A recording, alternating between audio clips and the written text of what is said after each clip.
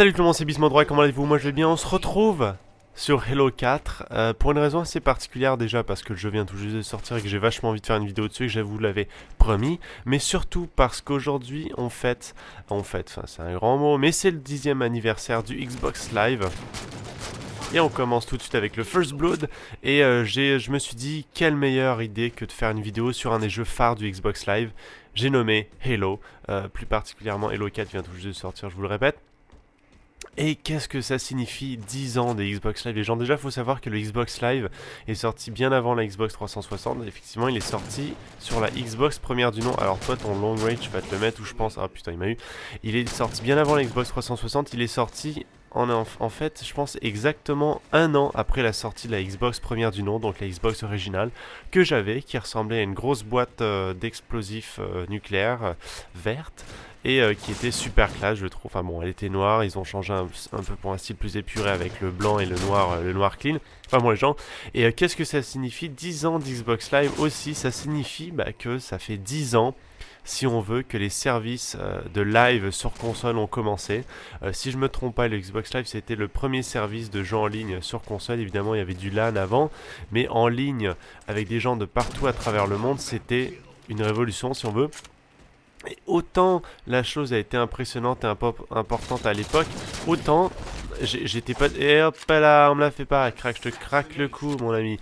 Autant j'en étais absolument pas au courant. Je vous explique un peu mon histoire, c'est-à-dire que quand le Xbox Live est sorti, je venais tout juste d'avoir la Xbox, et je n'étais absolument pas au courant. Pour moi, les jeux vidéo, ça consistait à toi dans ton salon avec, si t'es chanceux, tes amis et c'est tout. En écran partagé peut-être, mais sinon j'avais absolument aucune idée qu'on pouvait jouer en ligne avec des gens qu'on ne connaissait pas.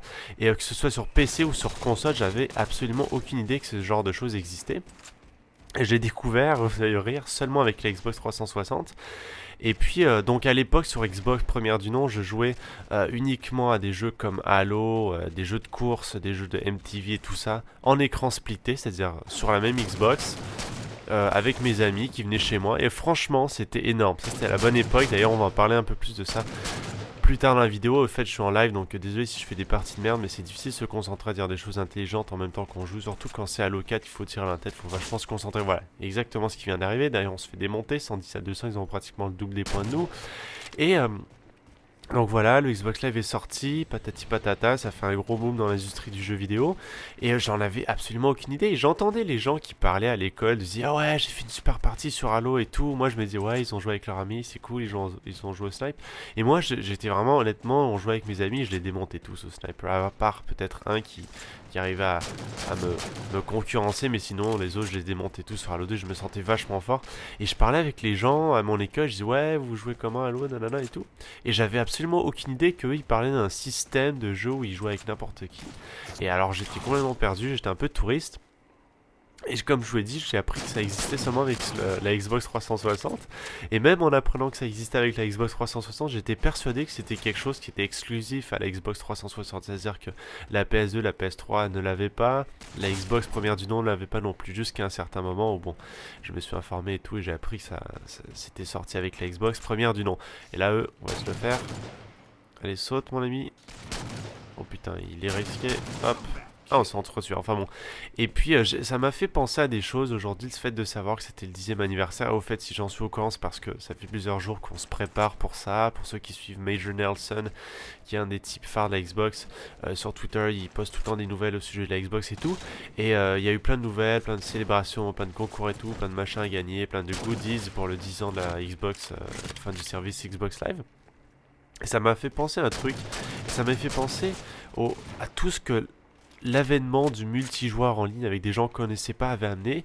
Et j'en suis venu à me demander quels sont et quels étaient mes meilleurs souvenirs, mes meilleures expériences avec le Xbox Live. Et j'aimerais que vous me répondiez, tous ceux qui ont... Enfin, et ça vraiment de manière générale, que ce soit sur Xbox 360, sur Xbox première du nom, sur PC, sur Tamagotchi, je sais pas, sur PS2, PS3, PS1, PS4, PS10, PSG, je sais pas, mais dites-moi quels sont vos meilleurs souvenirs avec des jeux en ligne, avec le service de jeux en ligne, que ce soit sur PC, Xbox, PS3, oui. Ouais, oui, ça va être difficile, enfin bon. Laissez-moi ça dans les commentaires, moi je vais vous expliquer quels sont mes meilleurs souvenirs, il y en a plusieurs déjà.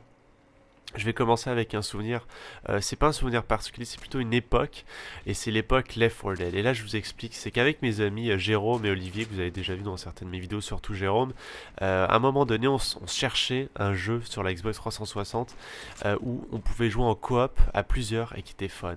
Et on connaissait absolument pas Left 4 Dead et on est tombé dessus complètement par hasard. Il a fait office de messie un peu parce qu'à partir de ce moment-là, on s'est mis à y jouer mais de manière religieuse et on s'était mis dans la tête d'avoir tous les achievements. Pour ceux qui connaissent pas les achievements, c'est un peu l'équivalent des trophées sur PS3, c'est des défis à faire que chaque développeur instaure dans le jeu et quand on les fait, on a des points Xbox Live qui servent juste à avoir des points en gros et à se comparer aux autres.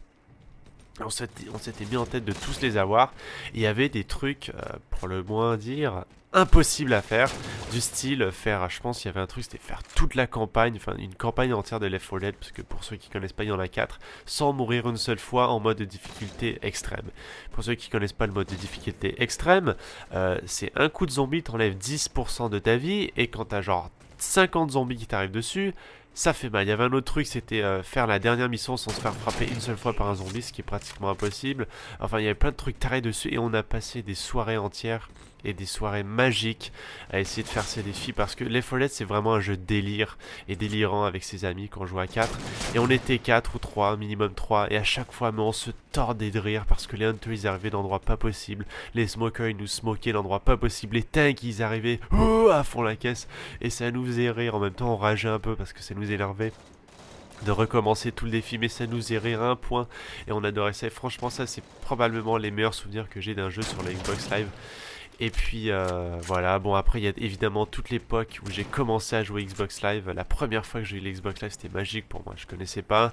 Il y avait Call of Duty 4, Gears of War premier du nom. Gears of War premier du nom sur lesquels j'étais une quiche mais des plus royales. Je me faisais démonter mais qu'est-ce que j'avais du plaisir quand même parce qu'on était tous là. C'était tout nouveau pour nous, on découvrait et ça c'est une expérience vraiment de laquelle je me souviendrai toujours et je pense que je pourrais jamais réussir à la revivre. Enfin bon, c'est comme ça, c'est la vie, hein, les choses ne se vivent pour la première fois qu'une seule fois. Et puis après, bon, on passe aux choses, ça devient une habitude. Mais le plaisir est toujours là. Ce qui est un peu triste, c'est que maintenant, mes amis avec qui je jouais à l'époque ne jouent plus trop aux jeux vidéo. Je suis un peu le seul qui continue. Enfin, ils jouent encore, mais c'est des plus ponctuel, c'est moins régulier comme c'était avant, quand on était au secondaire, quand on était à l'école et qu'à chaque fois on revenait chez nous, c'était la course pour aller sur la Xbox vraiment. Autre souvenir aussi, c'est que j'ai tissé des liens d'amitié avec la Xbox Live.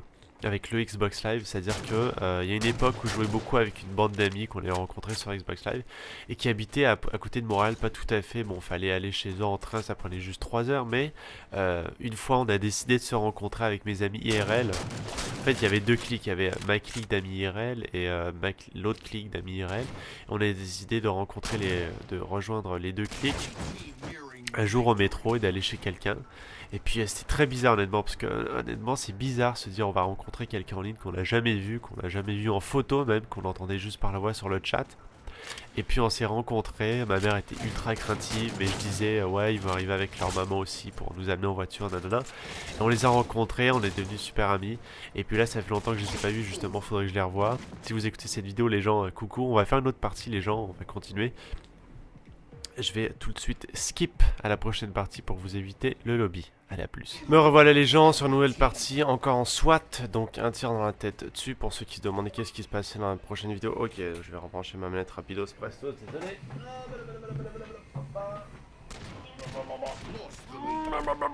Et... voilà les gens, comme je disais, première expérience, donc j'ai rencontré des gens que j'avais rencontrés sur Xbox Live en vraie vie. Un peu stressant au début et puis après bon, on a passé une super soirée, c'était très marrant de se voir, de mettre un visage sur des gens avec qui on avait seulement parlé en ligne et voilà, donc ça reste aussi une des meilleures expériences. Là il y avait quelqu'un d'autre, je le sais, putain j'aurais pu faire un double kill, dommage.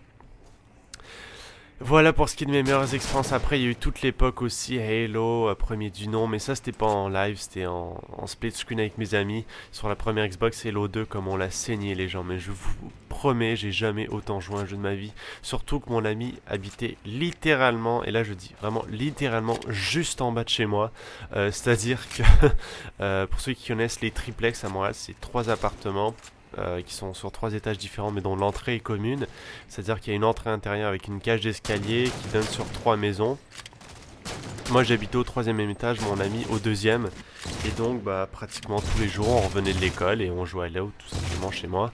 Ou sinon on allait chez lui, on jouait à la PS2. C'est cool parce qu'on avait les deux consoles. Et puis bah on jouait chacun son tour, on s'invitait et puis on s'éclatait et tout. Et voilà, donc encore une fois laissez-moi dans les commentaires ce que vous avez préféré de vos expériences en ligne. Sur n'importe quelle console, hein, les gens, j'insiste vraiment, il n'y a pas de discrimination, c'est les 10 ans du Xbox Live certes. Mais j'ai envie que cette vidéo fasse office de réflexion pour tous ceux qui ont accès aux services en ligne. Et puis ceux qui n'ont pas accès aux services en ligne, franchement, vous manquez quelque chose. Je vous promets, maintenant, à peu près tout le monde a Internet chez soi. Il faut, franchement, les Xbox, maintenant, ça se joue à plusieurs. Ça se joue à plusieurs. Il faut faire cette expérience au moins une fois, il faut essayer, parce que c'est énorme, ça débloque tellement de choses, et c'est tellement le fun de savoir qu'on joue avec des gens qu'on n'a jamais vus, qui sont à travers la planète, on les verra probablement jamais, mais on se dit qu'on joue avec eux, qu'on a du plaisir, j'espère, avec eux, et puis qu'on se compare, on se défie, il y a tout un système de points maintenant, enfin bon, je vous conseille de faire ça. Autre chose aussi, vous pouvez aller sur Twitter et tweeter le fameux hashtag Xbox Live is 10 pour montrer votre support et pour fêter l'anniversaire des 10 ans d'Xbox Live. Bon, ça apporte rien en tant que tel, tweeter un truc, mais voilà, c'est juste pour qu'il y ait ce sentiment de communauté autour des 10 ans de Xbox Live. Maintenant, on va se concentrer un peu plus sur le jeu de Halo, si vous le voulez bien, parce que là, on a perdu la dernière partie. Il n'est pas question qu'on perd celle-ci. Halo, c'est un jeu que j'ai pas mal saigné pour l'instant, depuis qu'il est sorti. Halo 4 évidemment. Et là, la particularité du mode Team SWAT, c'est que c'est un tir dans la tête qui tue, tout simplement. Par contre, il faut vraiment que ce soit dans la tête. Si c'est pas dans la tête, laissez tomber, vous n'allez pas le tuer. Et vice versa.